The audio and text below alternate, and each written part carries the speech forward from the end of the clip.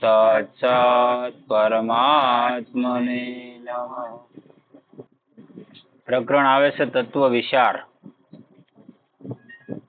દરેક મનુષ્યએ આ પ્રશ્ન પર વિચાર કરવો જોઈએ કે પ્રકૃતિ શું છે, પુરુષ કોને કહે છે, સંસાર શું છે, આપણે કોણ છીએ, કામ ક્રોધ વગેરે જીવના અંતકરણમાં રહે જ છે કે એમનો સમૂળો નાશ પણ થઈ શકે છે, સંસારમાં આપણું શું કર્તવ્ય છે, પરમાત્મા, જીવ, પ્રકૃતિ અને સંસાર એ સૌ અનાદિ છે કે આદિ, એમનો પરસ્પર શો સંબંધ છે, તથા બંધન અને મોક્ષ શું છે. આ પ્રશ્નો પર ઊંડો વિચાર કરવાથી જ્ઞાનની વૃદ્ધિ થાય છે. જીવનમાં ક્યારેક આવો વિચાર કરવો જોઈએ, આપણે કોણ છીએ, શું કામ માટે અહીંયા આવ્યા છીએ. આવા ક્યારેક નિરાતે બેઠા હોય તે વિચાર કરાય, અહીં શું કામ ધક્કો ખાધો એ જોવું તો જોવે ને. નકરું બળ કરવા કઈ આવ્યા નથી, પણ આપણે નક્કી કરી લીધું બળ કરીને ધોઈ જવું, પછી ભલે નરકે જવું પડે પણ કરી લેવું બળ અહીંયા. અને આપણને એ ખબર છે આપણા બાપ દાદા મરી ગયા, બધા બળ કરીને ધોઈ ગયા, કોઈ કઈ દેતા ગયા આપણને કે આલ્યો કે તમે 2-5 કરોડ નો ઢેગલો ખડકીને જાવ છો તમે ભોગવજો, એવું ક્યારેક કોઈ કરતા નહીં. આપણે પકડી રાખી ઠેઠ સુધી વળ ખાવાનું. એટલે નજર આપણો સમય પૂરો થાય એટલે આપણે પછી છોડી દેવું પડે. પેલા દશરથ રાજાના વાળ ધોળા થયા હતા ને, તેને કીધું, સુમંતે પૂછ્યું કે હું જોવો મહારાજ, કે બસ હવે રાજગાદીનો સમય આવી ગયો કે દેવાનો. 51માં જાય ને એટલે પછી સમજી જવું પડે. છોકરા એમ કે તમને ન ખબર પડે તો આપણે મૂકી, ખોટું. ઈ પેલા વિચાર લેવું જો એમ. પણ આપણે ઈ પાછું ઓળું જોતા નથી એટલે દેખી થાય. આ પ્રશ્નો પર ઊંડો વિચાર કરવાથી જ્ઞાનની વૃદ્ધિ થાય છે અને ઉત્તરોત્તર જ્ઞાન વધવાથી આત્મામાં આ સૌનો ખરો બોધ થઈ જાય છે. જીવન કૃતકૃત્ય થઈ જાય છે. ઓછા શબ્દોમાં એમ કહી શકાય કે મનુષ્ય જીવનનું પરમ ઉદ્દેશ સિદ્ધ થઈ જાય છે આ વિચાર કરીએ તો. જોકે આ પ્રશ્નનો વિષય ઘણો ઊંડો છે અને આ બધા પ્રશ્નો ઘણા મહત્વના છે. આ બધાનું વિશ્લેષણ કરવું સાધારણ વાત નથી. આ જેણે વાત કરી એ પ્રશ્નોનું વિશ્લેષણ કરવું કોઈ સાધારણ વાત નથી. તત્વજ્ઞાની મહાપુરુષો જ કરી શકતો હોય છે. પણ થોડો ઘણો વિચાર આપણે જીવનમાં આવ્યો હોય તો કરવો જરૂરી એમ. આવો અહીં ફેરો ખાલી જાય અને ઓલા પછી જાદુ દાદા કહેતા એમ બાટલો સડતો હોય ટીપું ટીપું પડતું હોય અને પછી એમ કે હવે રામ બોલો તો રામ ન નીકળતું. પછી ઘણું યાદ આવે કે સારું કંઈક કર્યું હોત તો સારું હતું, પણ પછી કઈ થાય નહીં.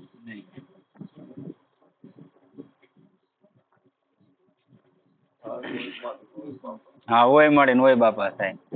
આ બધાનું વિશ્લેષણ કરવું સાધારણ વાત નથી. વાસ્તવમાં એમનું તત્વ મહાત્મા પુરુષો જાણે છે. છતાં હું પોતાના વિનોદ ખાતર મારી સામાન્ય બુદ્ધિ મુજબ આ પ્રશ્નો પર પોતાના મનના વિચારો સંક્ષેપમાં રજૂ કરી રહ્યો છું અને વિનય કરું છું કે આપ સૌ જો ઉચિત સમજો તો આ વિષય પર વિચાર કરજો. કે તમે આને ઉચિત સમજો તો આ વિષય ઉપર વિચાર કરજો.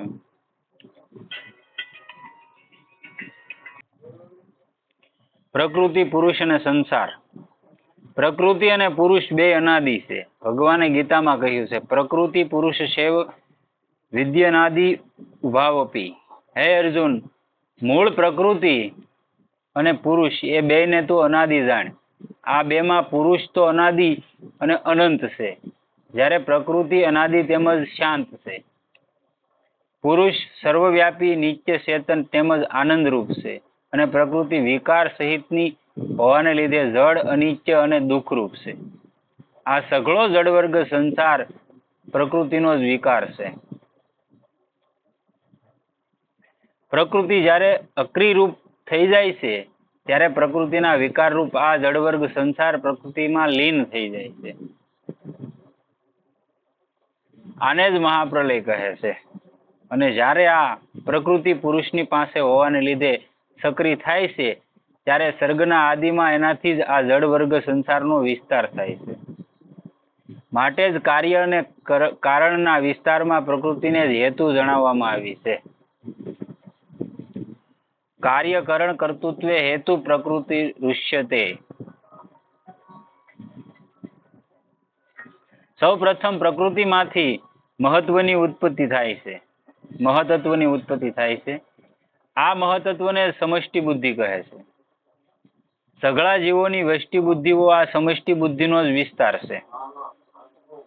એ પછી આ મહતત્વમાંથી સમષ્ટિ અહંકાર ઉત્પન્ન થાય છે અને સમષ્ટિ અહંકારમાંથી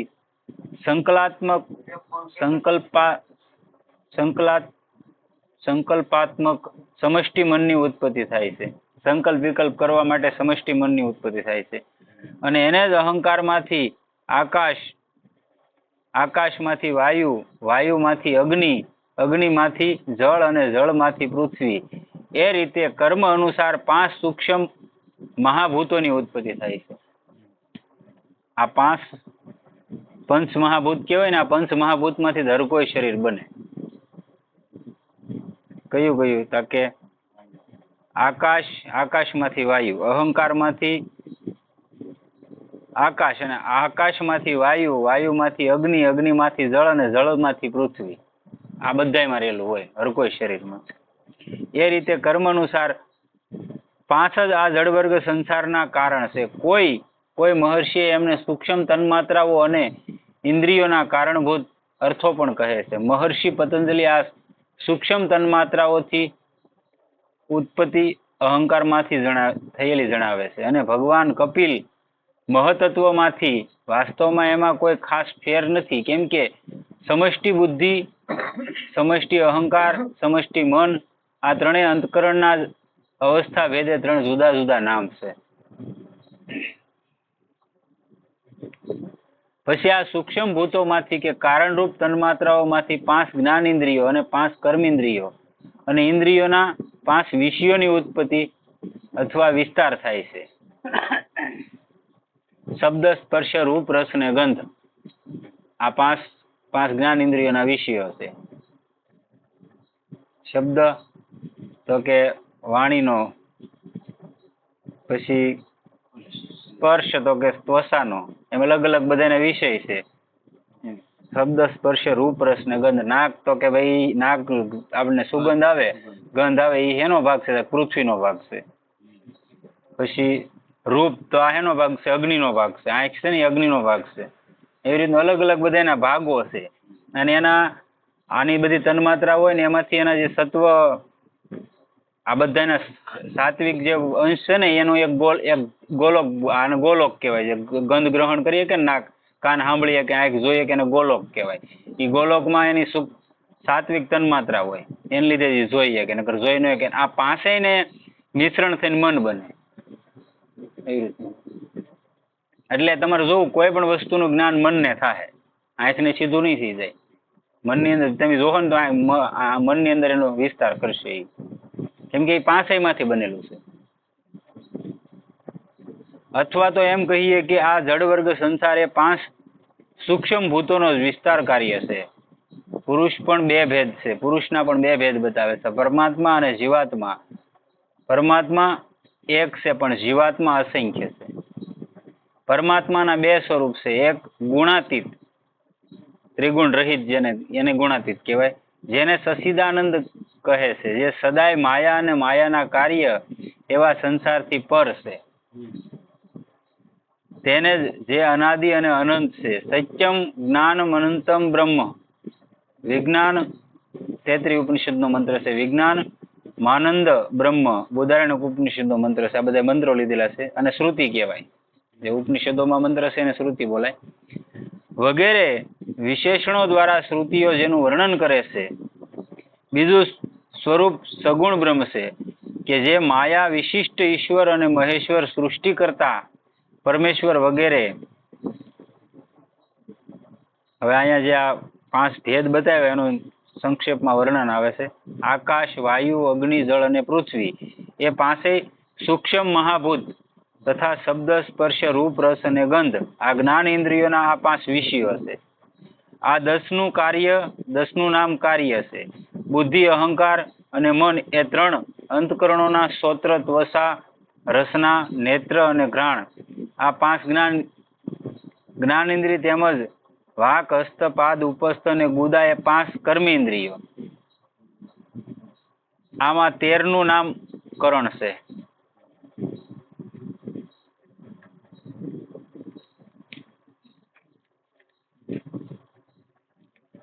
અનેક નામો દ્વારા શ્રુતિ સ્મૃતિઓમાં વર્ણવાયેલ છે. વાસ્તવમાં વિજ્ઞાનાનંદ ઘન નિરાકાર બ્રહ્મ અને મહેશ્વર સગુણ બ્રહ્મ સાવ અભિન્ન છે, અલગ અલગ નથી, એક જ છે.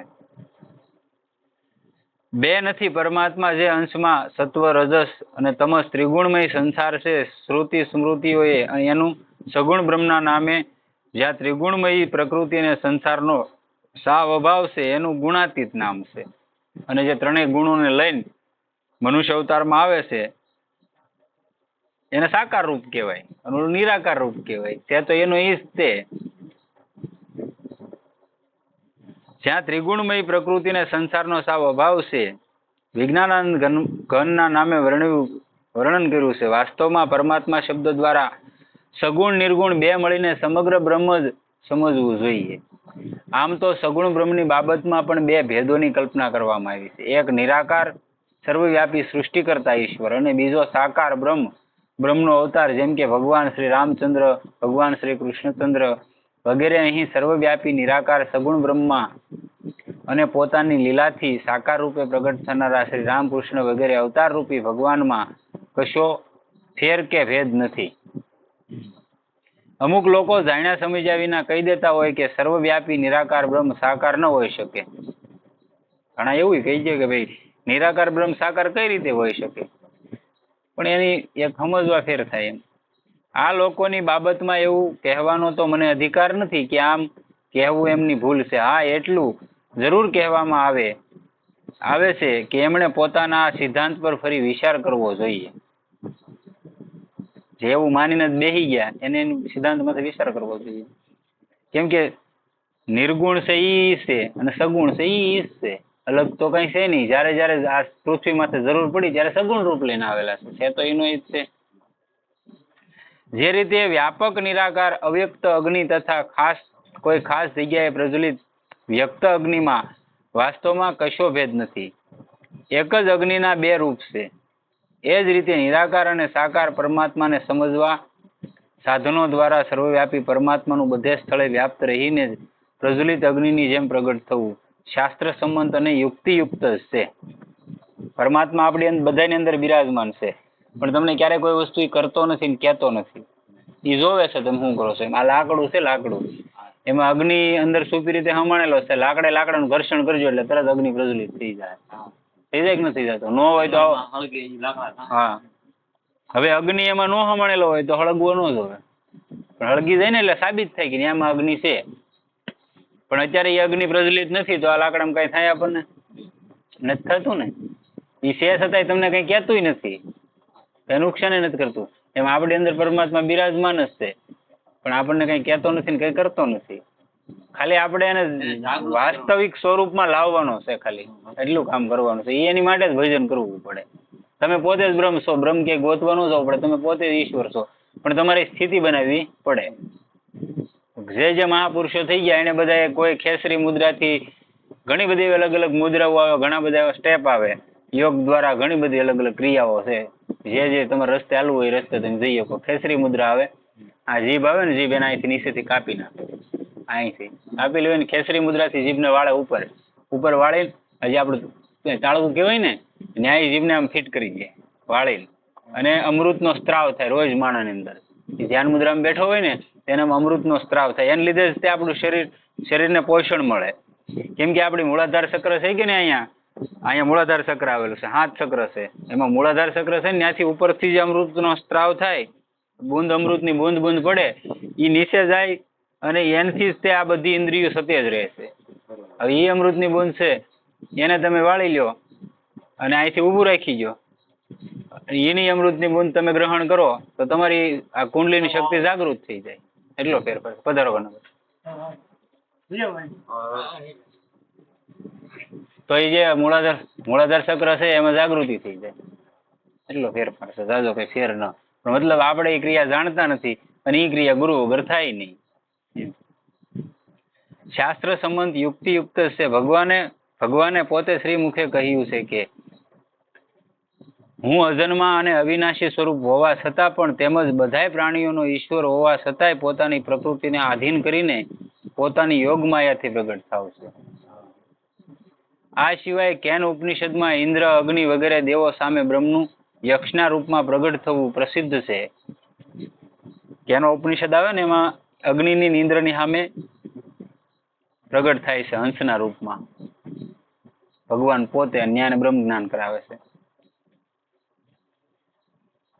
કોઈનું કહેવું છે કે જ્યારે ભગવાન આ રીતે એક સ્થળે પ્રગટ થઈ જાય છે તો બીજા બધા સ્થળોએ તો એમનો અભાવ થઈ જવો જોઈએ ને, પણ આવું કથન ભગવાનના તત્વને ન જાણવાને કારણે થાય છે. આપણે જોઈએ છીએ કે આ વાત તો અગ્નિમાં પણ ચરિતાર્થ નથી થતી. અગ્નિ અહીંયા આપણે પ્રગટ થઈ ગયો તો બીજેથી હું અગ્નિ લુપ્ત થઈ ગયો આખી પૃથ્વીમાંથી નથી થતો. અગ્નિ એક પરમાત્માનું જાગતું સ્વરૂપ જ છે. નથી થતો ને, લુપ્ત નથી થતી અગ્નિ. અહીંયા જગતી હોય તો ઓલ કઈ જગે પાછી સાર્વભૌમ એ બધી જગ્યાએ સમત્વ ભાવે જ બિરાજમાન છે. એમ પરમાત્મા બધે છે જ તે. આપણે એમ કેવું ભારતમાં ભગવાન પ્રગટ થઈ ગયા તો ઓલ ક્યાં નથી એવું માનવું નક્કી નથી, અને એ વાતને ટેકોય ન અપાય. જ્યારે પથ્થર કે દિવાસળીના ઘસવાથી અગ્નિ પ્રગટ થાય છે તો નિરાકારમાંથી સાકાર રૂપે પરિણમે છે. નગર તો નિરાકાર લાકડામાં પડી જ છે, પણ એના ઘર્ષણ થાય એટલે જાગૃત થાય છે કે સાકાર રૂપે પ્રગટ થઈ જાય છે. ત્યારે શું બીજે બધે ઠેકાણે એનું અસ્તિત્વ નાશ પામે છે? પછી ભગવાનની તો વાત જ શું. ભગવાન તો એવા સર્વવ્યાપી છે કે અગ્નિ વગેરે પંચભૂતોની કારણ રૂપા પ્રકૃતિ પણ એમના અમુક અંશમાં એમના સંકલ્પના આધારે રહેલી છે. આવા પરમેશ્વરની બાબતમાં આ પ્રકારનો કુતર્ક કરવો પોતાની બુદ્ધિનું જ પ્રદર્શન કરવા બરાબર છે. એક તો આપણે સમજતા ન હોય, અને એમાં કોઈ મહાપુરુષ છે કે ભગવાનની વાણી છે, આ તો ભગવાન જ કહેવાય ને. જે આવા મહાપુરુષો લખી ગયા પોતે બ્રહ્મને પામી ગયેલા મહાપુરુષો હતા. એને એની સમજણથી લખ્યું ને આપણે એમાં તર્ક વિતર્ક કરીએ તો આપણી બુદ્ધિ તો અહીંયા સુધી પહોંચતી નહીં. ખોટે ખોટું કરવાનું થાય ને. દોષ ઉતનો આપણને દોષ લાગે, નિંદા થાય, ઉતનો દોષ લાગે એમ. હવે અહીં રહી વાત જીવાત્માની. સારી પેઠે વિચારીને જોતા તો એ સિદ્ધ થાય છે કે જીવાત્મા પરમાત્માથી જુદો નથી. કેમ કે શ્રુતિ સ્મૃતિઓમાં જીવાત્માને પરમાત્માનો અંશ જણાવ્યો છે. શ્રુતિ સ્મૃતિઓમાં જીવને પરમાત્માનો અંશ કીધેલો છે. મમે વાસો જીવલોકે જીવભૂત સનાતન.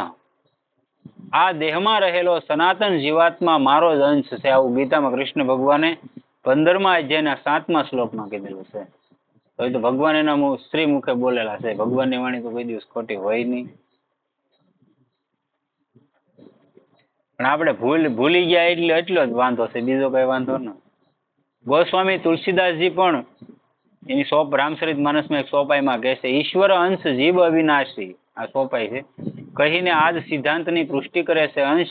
અંશીથી એ જ રીતે જુદો નથી હોતો. જે રીતે તરંગો સમુદ્રથી જુદા દેખાતા હોય ને પણ વાસ્તવમાં એનાથી જુદા નથી. મોજા હોય સમુદ્રની અંદર, ગમે એટલા ઉછાળા મારતા હોય પણ સમુદ્રથી તો અલગ નથી જ તે ને. એમ આપણે ઈશ્વરનો અંશ છીએ, એનાથી જુદા નથી. એટલે જ બધા મહાપુરુષો બધા કહી ગયા કે ખાલી તમારે જાગૃત કરવાનું છે, બાકી અંદર સભર ભર્યું. આમાં ઘણા એવા ફેક્ટરા છે બંધ પડેલા, એ શરૂ થઈ જાય. જીવના પણ બે ભેદ છે. એક બદ્ધ, બીજો મુક્ત બદ્ધ.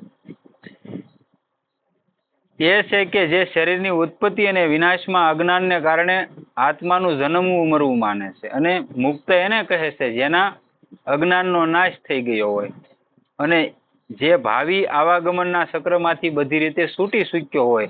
વાસ્તવમાં તો આવા પુરુષની જીવ સંજ્ઞા જ નથી. આ ભેદ તો કેવળ સમજાવવા પૂરતો કરવામાં આવ્યો છે.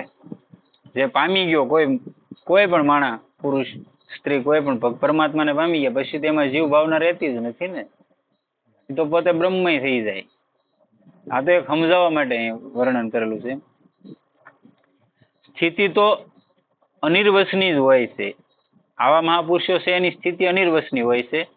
મુક્તિ પણ બે પ્રકારની છે. એક નિરાકાર સચિદાનંદ ઘન બ્રહ્મા અભેદ રૂપે વળી જવું, અને બીજી સાકાર સગુણ બ્રહ્મના પરમધામમાં જેનો સચ્ચલોક વગેરે નામોથી શાસ્ત્રોએ નિર્દેશ કર્યો છે, જઈને સગુણ પુરુષોત્તમ ભગવાનની સન્નિધિમાં નિવાસ કરવો. આ બે પ્રકારની મુક્તિ હોય છે.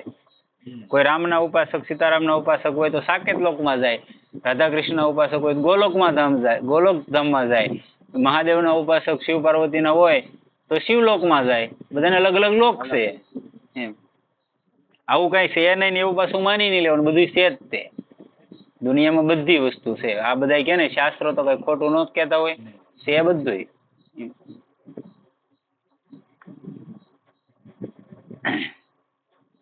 મુક્તિના પણ 4 ભેદ છે. સાલોક્ય મુક્તિ, સામીપ્ય મુક્તિ, સારૂપ્ય મુક્તિ અને સાયુજ્ય. આ 4 પ્રકારની મુક્તિ આવે. કોઈ મહાનુભાવ સાષ્ટી નામની એક પ્રકારની મુક્તિ વધુ જણાવીને આના 5 ભેદો પણ પાડે છે. પણ સાષ્ટી મુક્તિ સારૂપ્યની અંદર આવી જાય છે.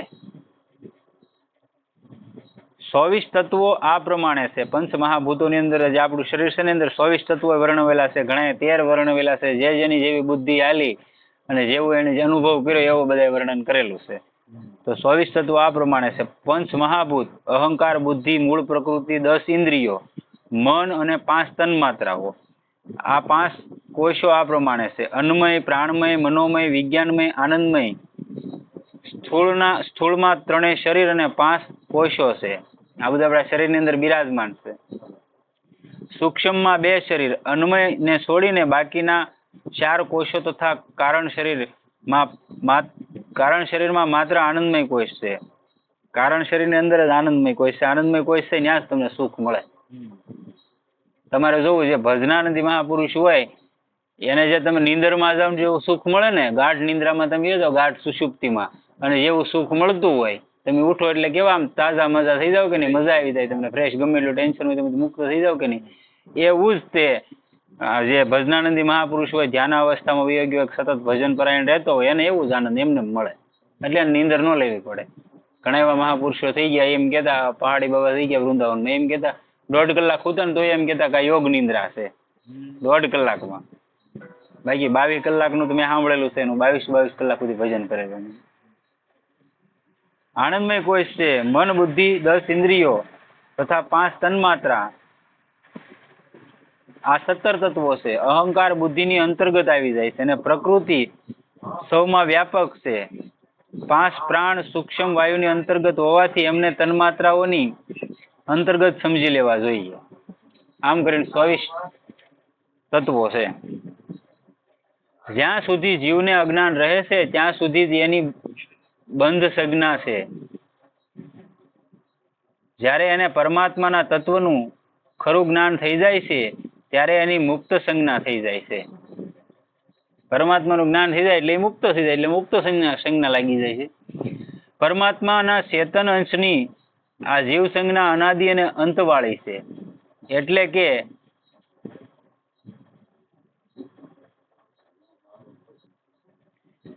કે એ છે તો અનાદિકાળથી પણ નાશ પામી શકે છે.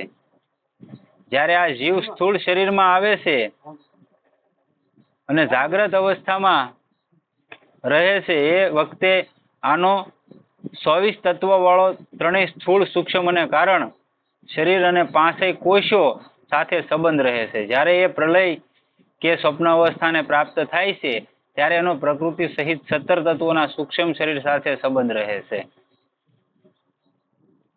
અને જ્યારે આ બ્રહ્માજીના શાંત થતા મહાપ્રલયમાં કે સુષુપ્તિ અવસ્થામાં રહે છે ત્યારે આનો કેવળ પ્રકૃતિ સાથે સંબંધ રહે છે. જે પ્રલય થાય છે ને એવા પ્રલયમાં આપણે રોજ જાય. બીજો એક પ્રલય ને દુનિયામાં એ તો આપણે જોઈએ એટલે આપણને એમ થાય કે આ બધું થાય તો શું થાય, બાકી આપણે રોજ પ્રલયમાં જાય ડેઈલી કાયમ. પ્રલયમાં ન જતા હોય તો આપણને શાંતિ ન મળે, શાંતિ ન મળે તો આપણે કામ ન કરી શકીએ. એ લખી લેવાનું. કેમ કે કાં પરમાત્માના ભજનથી શાંતિ મળે અને કાં પ્રલયમાં જાવ તો શાંતિ મળે. આપણો પ્રલય આ સાંસારિક જીવનો પ્રલય એટલે 5-6 કલાક કે 7 કલાક નીંદરમાં ગાઢ નિંદ્રામાં વ્યા જાય અને પ્રલય કહેવાય. અને એ બધાને હરખી આવે. ડોક્ટર હોય કે મોટો કરોડપતિ મુકેશ અંબાણી હોય તો એને બધાને હરખી જ આવે, એમાં કઈ ફેરફાર ન હોય. હા. અને આને જ કારણે શરીર કહે છે. જે મૂળ પ્રકૃતિનો એક અંશ છે. સર્ગના અંતમાં ગુણ અને કર્મોના સંસ્કારોનો સમૂહ કારણ રૂપા પ્રકૃતિમાં લય પામે છે. આપણે તે કારણ શરીરમાં લીન થઈ જઈએ આપણું 3 શરીર છે, સ્થૂળ, સૂક્ષ્મ ને કારણ. સ્થૂળ છે તો આપણે અત્યારે વાતચીત કરીએ, બધાને આપ લે કરીએ, લેવડ દેવડ, ધંધા કામ જે કરીએ એ સ્થૂળ શરીરથી થાય, બરોબર. પછી સૂક્ષ્મ શરીર અંદરનું, એ સ્વપ્ન અવસ્થા સુધી તમને સાથ આપે, ત્યાં સુધી મને તમને સાથ આપે. સ્વપ્ન એવું હોય સારું મોડું તમને ખબર પડે કે ભાઈ મને આજ આવું સપનું આવ્યું હતું, ફલાણું મારથી બીવાઈ ગયું, આ તે બીજું ત્રીજું, બરોબર. પણ કારણ શરીરમાં જયારે મન બધું લય થઈ જાય, ત્યાં મન કે કાંઈ નથી રહેતું, તો ત્યાં તમને કાંઈ ન ખબર રહેતી. હું કોઈ વસ્તુની ખબર ન હોય, એ ખબર રહી ગઈ એટલે પરમાત્મા મળી ગયા. એટલો જ ફેર છે. એ જાણી ગયો પરમાત્મા મળી ગયા. એની માટે જ ભજન કરવું પડે, જાણવા માટે જ તે. હા, સાક્ષી તો જોવે છે ને, એ તો જોવે છે, સાક્ષી રહે છે તો જ તમે કહીએ કહો ને કે ભાઈ તમને કોઈ બોલાવા આવ્યું તો તમે એમ કહો કે હું ગાઢ નિંદ્રામાં હતો પણ મને ખ્યાલ નથી, તમે આવ્યા. એ એટલે એ જોનારો કોઈ વ્યક્તિ તો હતો જ તે, એને તમને જવાબ તો દીધો ને તમે કે ભાઈ મને ખ્યાલ નથી, હું ગાઢ નિંદ્રામાં ઉતતો. તમે નિંદ્રામાં ગાઢમાં ઉતા હતા, એ તમને એનું ધ્યાન રાખવો એ તો ઈશ્વર જોવે જ છે ને, એટલે જ ઈશ્વરનો અંશ કીધેલો છે આ જીવાત્માને. એ નથી ઉઈ જતો, ઉઈ જાય છે જે શરીરનું મન, આ બધી અલગ અલગ તત્વો છે ને એને વિરામ આપે છે. તમારું મન સ્થિર થઈ ગયું એટલે તમને જરાય થાક ન લાગે. આ લખી લેવાનું. નહીં, હલન ચલન કરવાથી નહીં, એમને તમે બેઠા હોય તોય તમારું મન બહુ ભૂકા કાઢ નાખે એવું તમને દોડાવે. હા, પછી તમને સ્વપ્ન અવસ્થામાં જાવ ને તોય પરસેવો વાળી દે. એવી કઈ તમને ભયાનક સ્વપ્ન જોયું હોય તો તમને સ્વપ્ન અવસ્થામાં પરસેવો વળી જાય. તો આ મન ભૂકા કાઢ નાખે ભલા માણસ. જો એને સ્થિર કરવા માટે જ ભજન કરવું પડે, બીજું કોઈ નથી. મન સ્થિર, હા, એટલે બધું કામ થઈ ગયું.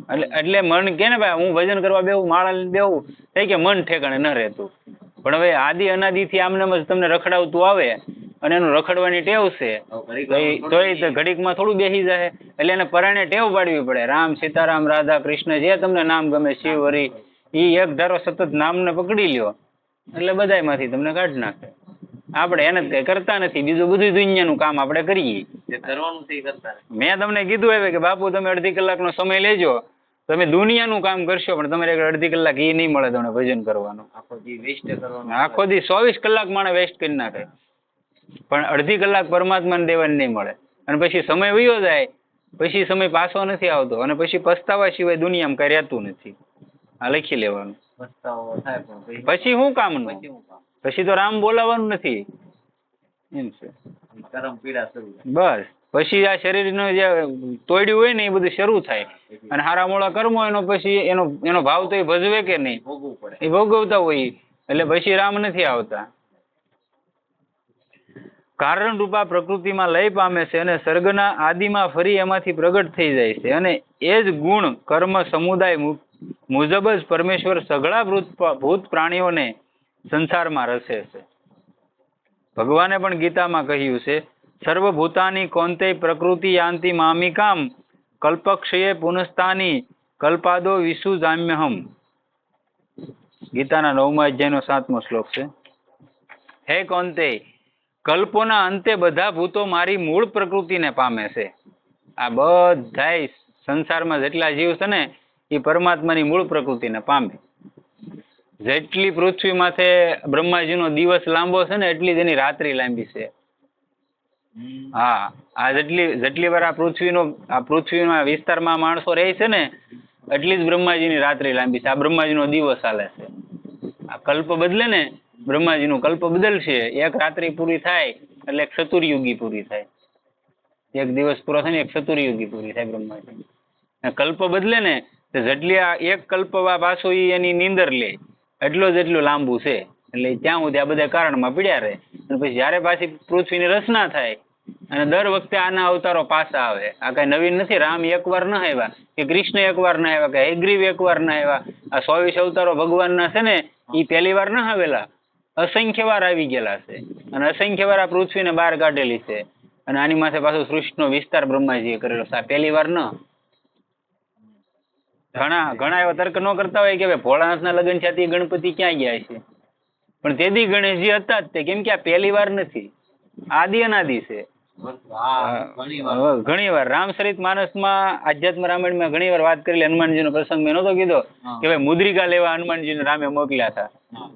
એ પ્રસંગ મેં વાત કરી છે. હવે ન્યાય ગયા હતા અને ખબર પડી કે અહીંયા તો હજારો હનુમાનજી આવી ગયેલા છે, લાખો.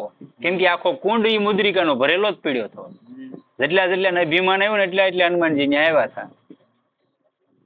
લેવું છે એવું નહીં માની લેવાનું કે આ કયા રામની વાત કરે, આ તો કલ્પો પહેલાની વાતું હોય. આપણી બુદ્ધિ ન્યાનો ભોગ્ય કે આપણે તર્ક ન કરાય મતલબમાં એમ.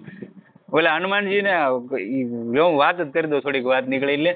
એટલે રામ ભગવાને કીધું હનુમાનજીને કે ભાઈ તમે કથામાં તમે હાવ ફ્રી બેહો, મારી સેવા કરીને પછી તમે હાવ નવીરા બેહો, એને કરતા કે ક્યાંક કથા હાલતી હોય ને તેમાં બેહવા જાય. હનુમાનજી કે વાંધો નહીં, ભગવાનની આજ્ઞા એટલે શિરોધાર્ય હોય. હનુમાનજી એ કથામાં તે પુરાણીએ શરૂ કરી કથા કહેવાની. એટલે પુરાણી વાત કરતા નહીં કે હનુમાનજી આમ હામાં બીજા રૂપમાં બેઠા હતા, બરોબર, જે હાલના યુગમાં હનુમાનજી છે. એટલે ઓલા શરૂ કર્યું કે ભાઈ હનુમાનજી રાવણની લંકામાં જવાનું હતું ને, તે કે એ સમુદ્રના આ કાંઠે ઉભા રહ્યા ને એને કે લાંઘો આમ લાંબો કર્યો ને, એટલું શરીર લાંબુ કર્યું કે એક લાંઘે સમુદ્ર પાર કરી ગયા. બોલે હનુમાનજી કે આને મારું શું કેવું, એ કે હું અહીંયા બેઠો અને 400 યોજન સમુદ્ર લાંઘીને ગયો તો, ઉડીને ગયો તો, અને કે એક લાંઘે સમુદ્ર ટપી ગયા, આવડું મોટું શરીર કર્યું. એ કે આને મારે કેવું હું, એટલે આ બધા આવું ખોટું જ બોલે. હનુમાનજીને મનમાં એમ છું, બરોબર. એટલે ભગવાન તોય તો કથા સાંભળીને એવા ભગવાને કીધું. એટલે કે કાં કથા સાંભળીને એવા ભગવાન કહેતા કે હા જોવાનું એવું. એ કે કેમ લાગ્યું, હા મજા આવી? તા હા મજા આવી, પણ ઓલું મનમાં ઘૂસું ન ગયું. એ કે આરા ખોટું જ બોલે એમ. એટલે ભગવાન આમ હાથમાં વીંટી હતી, આમ કાઢતા હતા ને, જોગે ની લીલા હતી, કાઢતા એટલે વીંટી પડી ગઈ. વીંટી પડી ગઈ ને એટલે હનુમાનજી કે પકડજો કે વીંટી. એટલે વીંટી એટલી બધી વેગથી દડી કે હનુમાનજી એની પાછળ દોડ્યા, પણ વીંટી હાથમાં ન હોય એટલી વેગથી દડે જ જાય છે મુદ્રિકા. એટલે દડતા દડતા એ સુમેરુ પર્વત જે હિમાલયમાં છે ને, ત્યાંની ગુફામાં ગળી ગઈ વીંટી. હનુમાનજી ત્યાંની પાછળ હનુમાનજી ગોતતા ગોતતા ત્યાં ઠેઠ પહોંચી ગયા. ત્યાં ગયા ને ત્યાં હનુમાનજી જેવો જ એક ઊભો થયો બહાર વાનર રૂપમાં. એ કે અંદર ન જવાય એમ. એ કે કોણ છો તું, એમ પૂછ્યું એને. હનુમાનજીને કીધું જે આવ્યા હતા ને એને, હું હનુમાનજી. હનુમાનજી તો અંદર બેઠા, તું ક્યાંનો હનુમાનજી કે. એટલે એ કે તું કે તો ખરો, હું હનુમાનજી જ થયું એમ. તો ઓલા અંદર જઈને કીધું કે ભાઈ હનુમાનજી તમને મળવા આવે કે આવવા જોઈએ, આ યુગના હનુમાનજી છે. આધ્યાત્મ રામાયણમાં કોઈને એમ થતું હોય કે ભાઈ આ ભાઈ ફેંકવા મળ્યા તો એવી વાત નથી. આધ્યાત્મ રામાયણમાં ઉલ્લેખ છે, બરોબર, જોઈ લેવાની છૂટી. ઘણી રામ અલગ અલગ છે.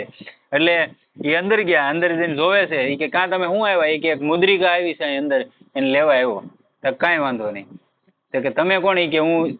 પછી એને કીધું કે જો હા મેં મુદ્રિકા ઓલા કુંડમાં છે, લઈ લો. આમ ડોકાણા ને કુંડમાં, તો ત્યાં તો લાખો મુદ્રિકા હતી કુંડમાં. હનુમાનજી વિચારમાં પડી ગયા આમાં મારી કઈ એમ. એ કે આનું કારણ શું? એ કે આમાં જેટલી મુદ્રિકા છે ને, એક મુદ્રિકા એની અંદર પડે તો જે હનુમાનજી લેવા આવે એને ડબલ મુદ્રિકા, એની મુદ્રિકા હોય ને 2 થઈ જાય. એ લઈને વે જાય ને તો એક મુદ્રિકા એ પડી રહી ગઈ. મુદ્રિકાઓ ગણી લો એટલે હનુમાનજી આવી ગયા. અને જે તમે કથા સાંભળીને આવ્યા અત્યારે કે જે એક સલાંગે સમુદ્રને પાર કરી ગયા હતા, એ હું પહોંચે. એ કે એ હું પહોંચે હનુમાનજી હતો. એટલે આપણે ખોટું નહીં માની લેવાનું, બરોબર. હા આમને એમ નથી હાલતું એમ. પછી હનુમાનજીએ કીધું, વસન આપ્યું હતું કે ગમે એ જગ્યાએ કથા શરૂ હશે તો ત્યાં મારો વાસ હશે એમ. અને સૂક્ષ્મ રીતે બિરાજમાન હોય તો ગમે ને. એટલે જ કથાકારો કે ગમે ને કાંઈ પણ શરૂ થતું હોય તો હનુમાનજીને યાદ કરે, અને એ સૂક્ષ્મ રીતે હોય તેમ. પ્રકૃતિમાં લય પામે છે અને કલ્પના આરંભમાં એમને હું ફરી સર્જું છું. જીવમાં ચેતના છે એ જ પરમાત્માનો અંશ હોવાથી વાસ્તવમાં પરમાત્મા સ્વરૂપ જ છે. માટે એ ચેતનાને અનાદિ અને અનંત જ માનવી જોઈએ. પણ જીવની સાથે જે પ્રકૃતિનો સંબંધ છે એ અનાદિ અને શાંત છે, કેમ કે પ્રકૃતિ પોતે જ અનાદિ અને શાંત છે.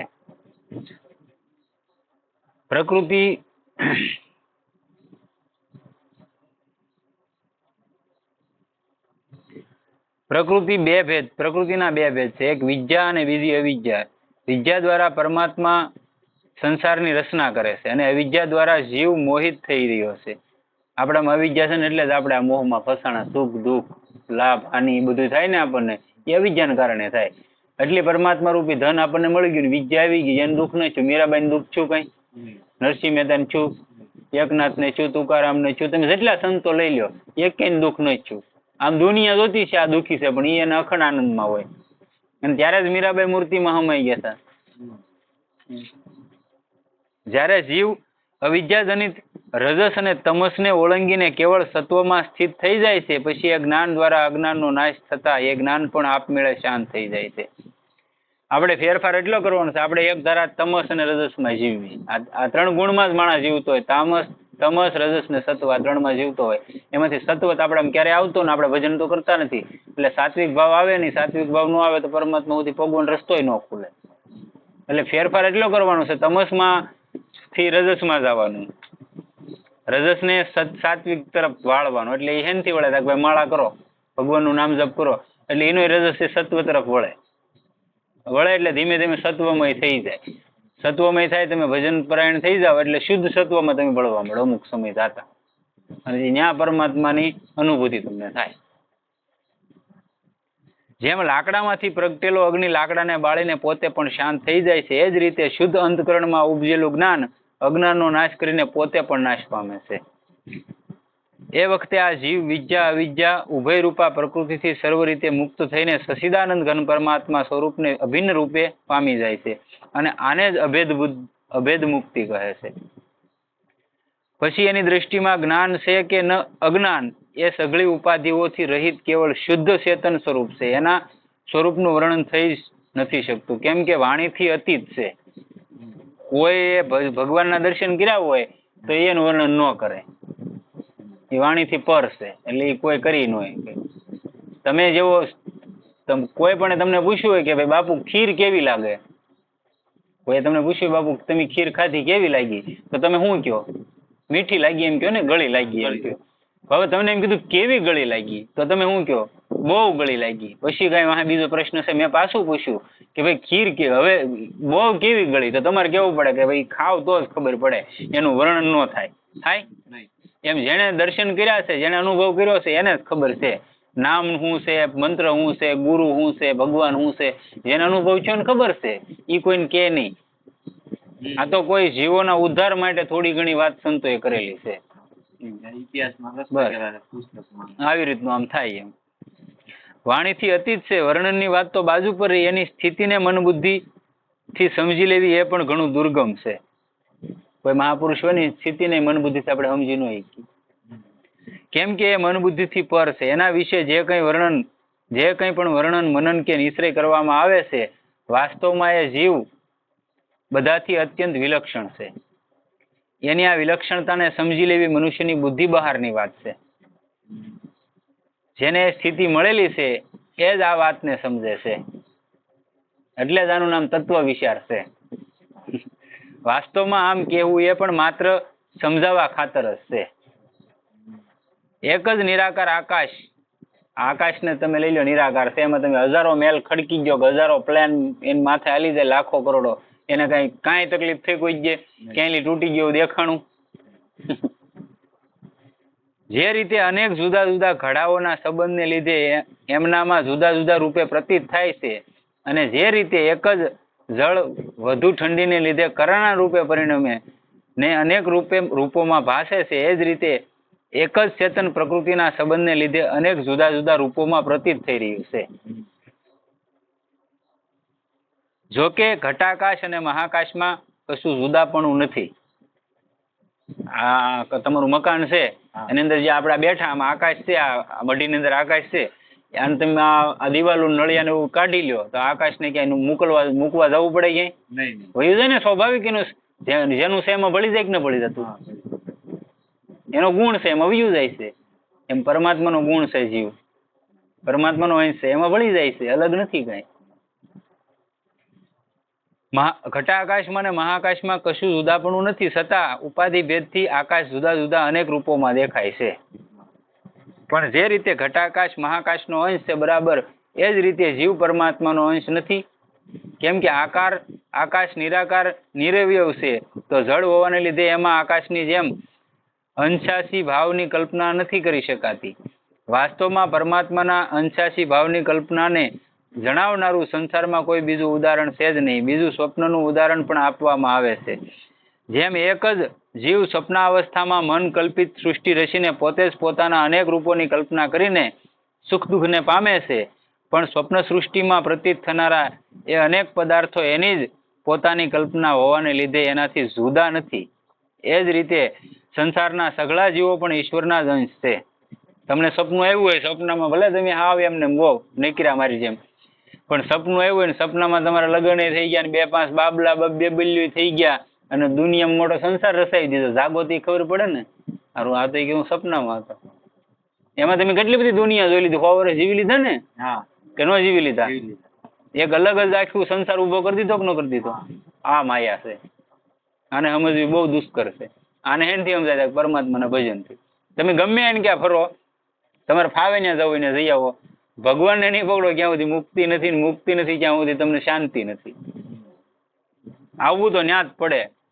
તમે હજારો જન્મ લઈને પાછા આવો, 84 લાખ યોનીમાં ભટકી લ્યો, હજી કદાચ 2-5 વાર ભટક્યા હો, પણ એક ફેરી ગમે ત્યારે લેવો જ પડશે. આ જ કેળો આજ લ્યો, કાલ લ્યો, ગમે ત્યારે લ્યો. છૂટવું હોય તો, નકર ઓલો ધાધર વાળું છે, ખંજવાળ્યા કરવાનું, આટા માર્યા કરવાના. ડેલો આવે ત્યાં ખંજવાળ આવે એમ.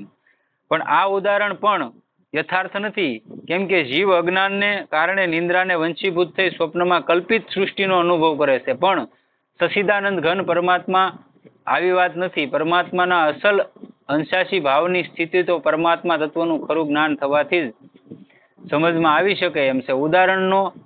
ઉદાહરણો અને શાસ્ત્રોથી જે વાતો જણાવવામાં આવે છે એ તો કેવળ શાખા ચંદ્ર ન્યાયથી તત્વ તરફ લક્ષ્ય જાય એ હેતુથી જ છે. વાસ્તવિક સ્વરૂપ તો અત્યંત વિલક્ષણ જ છે. પ્રકૃતિના વિકાર એવા સંસાર અને પુરુષ એટલે કે જીવાત્મા તેમજ પરમાત્માનું વર્ણન સંક્ષેપમાં કરવામાં આવ્યું. હવે બાકીના પ્રશ્નો પર વિચાર કરીએ. સદગુરુદેવ કી જય.